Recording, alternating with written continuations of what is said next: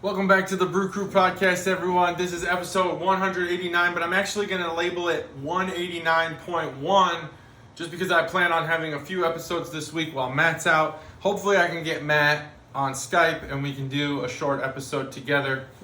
I'm here in the carriage house. I'm gonna do a review, but I'm also going to talk a little bit about maybe a themed episode here. This episode is going to be all about food, beer food. And that's because today I'm gonna review Wolf Ridge, Flotsam and Jetsam. Flotsam and Jetsam. I don't know if that's a play on words that I'm not pronouncing right or what. Flotsam and Jetsam. It's a dry hop cream ale with grapefruit. The Clear Sky series from Wolf Ridge is all cream ales. There's tons of them. If you look on Untappd, search Clear Sky and Wolf Ridge, you'll see just tons of cream ales, different variations. As you know, I've come to love cream ales. I think they're one of the top tier beers you can have, and you can do so much with them. Very diverse series of beer. And I think Wolf Ridge has taken that risk. Now, I didn't know when Matt and I have been talking in the past about Wolf Ridge, we had not mentioned that they are specifically set up to be a fine dining and beer facility. So, well, maybe not fine dining, but they consider fine dining in their business plan when they're creating an experience at their Columbus brewery. It is based on that idea of fine dining and beer, combining the two. So they have these unbelievable pictures of some various foods. And if I have time, I'm going to add some of those pictures, maybe like here and here, I don't know. And then I'll upload this video. But really, Wolf Ridge, they take a lot of risks with their beer. We've done them a few times on this podcast, and I particularly like grapefruit and cream ale. So I'm hopeful that this dry hop cream ale is very good. Now Wolf Ridge, out of Columbus, they do. Like I said, we've had them. They do a lot of experimental stuff. And I don't know that we've ever had a beer that we considered bad from Wolf Ridge. This probably won't be one of them, but this is from their Clear Sky series, Flotsam Jetsam 321. There we go, a little foamy. It smells really good. I'm really looking forward to this. This is a 5.0 ABV. IBU's 14, comes in a pint, obviously, citrus floral, refreshing profile. And there's a whole bunch of text on the side. Now, because Wolf's Ridge is kind of focused on food, I figured that because I don't have anybody to talk to yet, I might have a couple more episodes this week. I wanted to talk about food, and I want you, the Chuggalo, to put some of the foods that you like, beer-related foods, in the comments section. And if you are so inclined and so high on that food that you like, put the recipe in the comments section. Put a link to the recipe. See if we can get some Chuggalos to make some of these foods. Personally, I think that there are a few beer-related foods that I've had. I have struggled to find a beer cheese that I've liked. I know that Matt is a huge beer cheese fan. I don't know if beer cheese is just too bland for me I just need more flavor or what. I know it's out there. There's got to be one out there. I have not found a beer cheese that I've loved.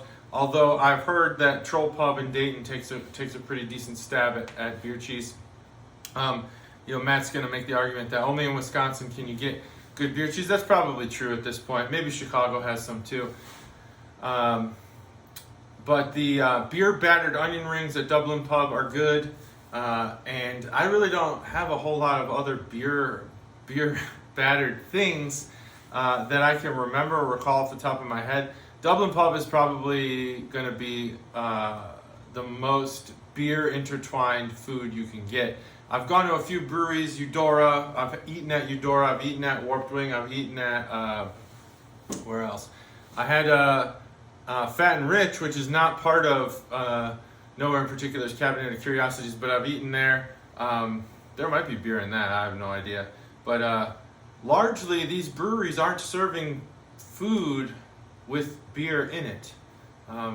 Wolf Ridge might. But I do know that some of that food looks amazing.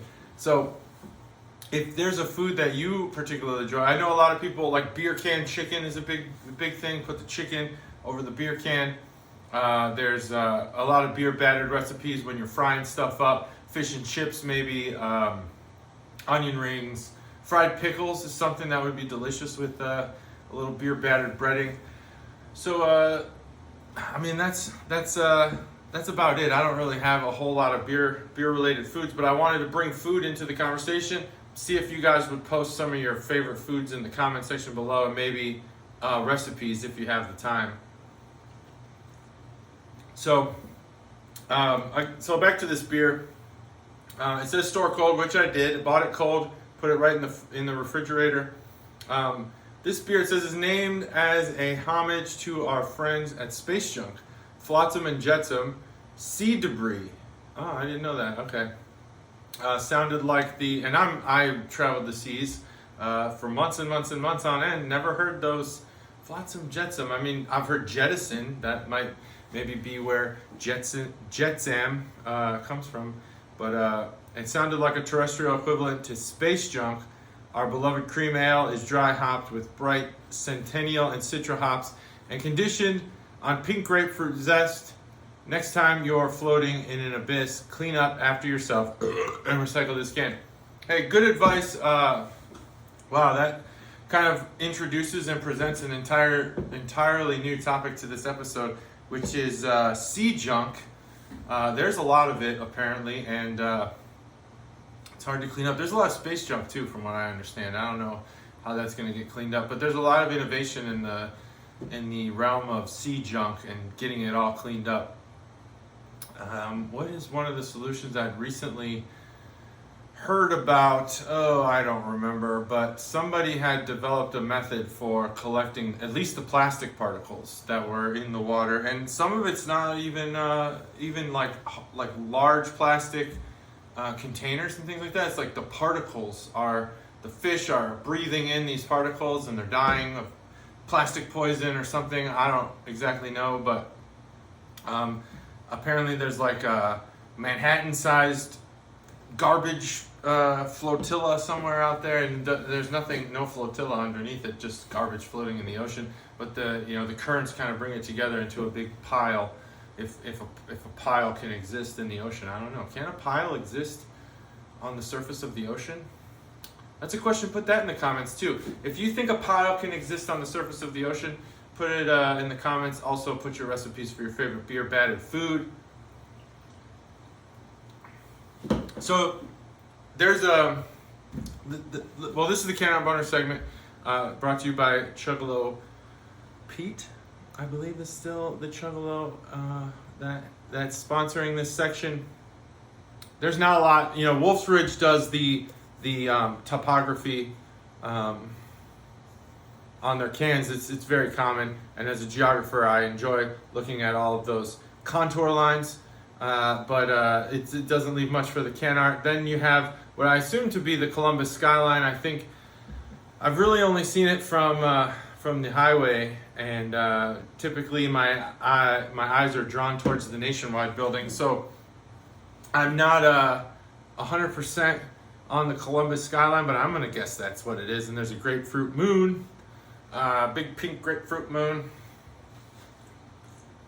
Big pink grapefruit moon. It's a good name for this episode. I think that's what it'll be. So that's the Cannonballer segment brought to you by Pete. Thanks, Pete. The taste. Here's where adding the dry hop process to the cream ale. That actually is a good idea because I can taste that, and that's good. Now putting 2 hops with grapefruit in a cream ale. You're going to have quite the palate. You might need to be the sommelier type in order to distinguish between the grapefruit zest and the hops. And I'd probably argue that if you do, you're just full of shit. That doesn't mean you can't do it, but I don't believe you can. I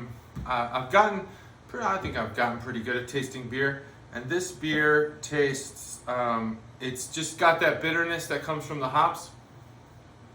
And that zest is in there because the bitterness feeling from the zest is familiar, but I don't taste it. That's the thing, is it's more of the bitter feeling than it is the taste. So I taste the hops, I taste the cream ale. The cream ale base is phenomenal. I think that's an awesome beer, and I know they sell a Clear Sky cream ale. I don't know that I've had it unless we've had it on the podcast. I never thought I would get to the point where I had so many beers that I forget which ones I've had. But we're definitely at that point. Probably got to that point within the first 25 episodes. But overall, this is actually a really pleasant beer. It's an easy drinker. There is that bitterness factor. It kind of lingers for a while. It stays around long after the drink is gone. But it's actually really refreshing. I do recommend drinking this ice cold because as it gets a little bit warmer in this hot carriage house that I do have an air conditioner now, but it's pretty warm in here. As this gets warmer, it's less appealing. So the colder, the better. I still think this beer is quite good. I just wish there was more distinction between the grapefruit and the hops. What I would recommend is then, I don't recommend anything because I don't brew beer. But I would recommend something. Switch to actual grapefruit juice instead of the zest, because I think that would benefit this beer, especially being a cream ale. You kind of get that citrus. That citrus would be more prominent. That grapefruit bitterness would be more prevalent. And I think that a person who enjoys these flavors would be able to distinguish between the grapefruit and the hops. But in this case, I think it all blends together too much for anyone to make that distinction. Go ahead and argue with me if you are qualified sommelier. That's fine. You can make that argument. I do love the cream ale part of this. I'm going to give this beer a 4.0. Super drinkable, very crushable. I think that's the right word for this. It's super crushable. Although Wolf's Ridge with their fanciness, they're not snobby, they're not pretentious. That's not what I'm suggesting. I just think that they're a little bit more. They're in the area of refined to like a seriousness. Like they have a serious factor about them. They're not really like Nor in particular. Of course, brewing beer seriously. They're not fucking around when they do the beer. But what they bring this kind of mindset of fun and joke. I don't know that Wolf's Ridge does that, but man, it's good beer. It is a good beer.